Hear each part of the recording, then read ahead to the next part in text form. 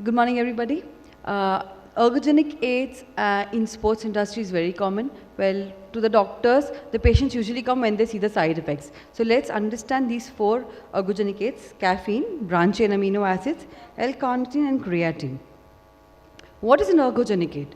It could either be a training technique, a mechanical device, a nutritional ingredient or a practice, or a pharmacological method, or a psychological technique which can improve the exercise performance, the capacity, or enhance the training adaptations.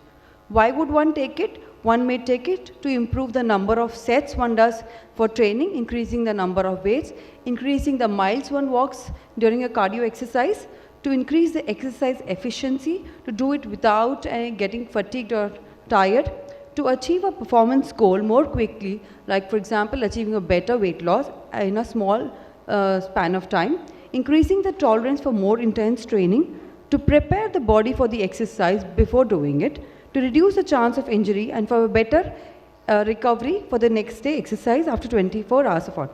The most popular one is the caffeine, which enhances the performance well consumed within 15 to 60 minutes of exercise. What basically caffeine is, it is a methylated xanthine found in coffee, tea, cocoa beans, and some herbals like guarana and kola nuts. Naturally, it is a stimulant and a thermogenic aid. It is very rapidly absorbed in the blood, immediately appears in the blood within 15 minutes, peaks between 40 and 18 minutes, and gets metabolized in the liver, and the metabolites disappear from the blood within 3 to 6 hours.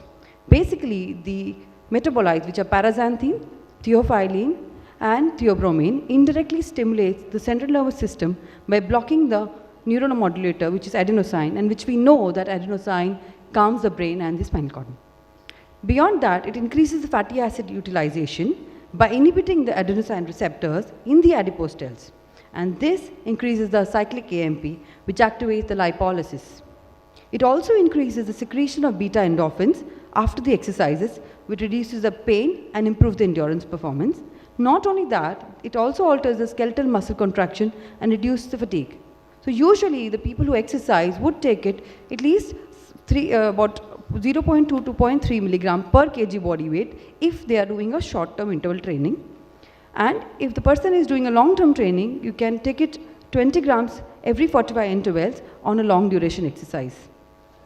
Yes, it does increase the alert. We all know that while you're studying, you take cups and caffeine and coffee and tea because it makes you vigilant, alert, improves your concentration, it mobilizes the fat, spares the muscle glycogen, it lowers the fatigue, the pain, improves the endurance exercise, not only in endurance but also in the weight-bearing exercises.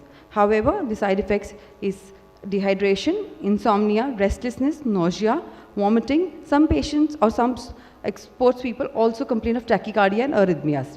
Yes, it is safe. How much? 6 to 8 cups is the upper limit, because 100 grams of caffeine per cup is allowed in sports because they do the doping test to identify this.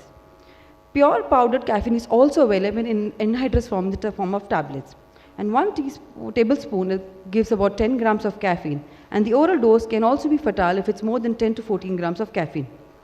The next creatine, which has a good evidence scientifically, is actually a combination of glycine, arginine, and methionine. And our body's muscles are about 95% of creatine stored there. How does it work? It's stored as phosphocreatine, which donates the phosphate to ADP, and that forms the ATP, which we all know is a source of energy. And for those who are doing a short-term anaerobic activity, would find this more helpful as compared to an endurance activity.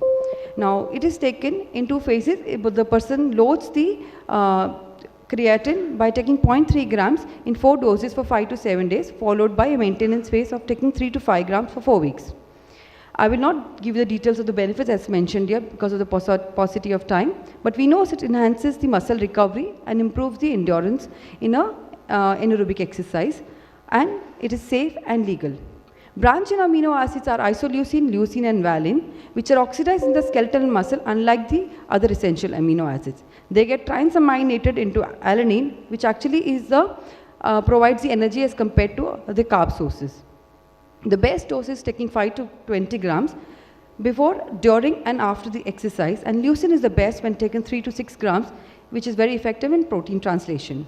We see the benefits in terms of providing energy and reducing the reducing the loss of muscle mass, it's safe. Last is L-carnitine, which is produced endogenously by the liver, and 95% is already present in our muscles.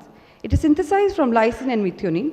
Basically, it facilitates the transport of long-chain fatty acids across the mitochondrial matrix, where oxidation leads to fatty oxidation burn. It also is a vasodilator. The recommended dose is 1 to 2 grams per day prior to the competition or exercise. It helps in reducing the body fat, and it is also proven to be safe and legal. The last slide says that ergogenic aids are adjunct, not a substitute to any diet or a hydration plan. Excessive or a long-term use can be very harmful. It can be taken only for recovery and enhancing the performance. Our collaboration between athletes, sports nutrition, and coaches should be taken into consideration before prescribing an ergogenic aid to any sports person or a patient. Thank you very much. Thank you, Ruby.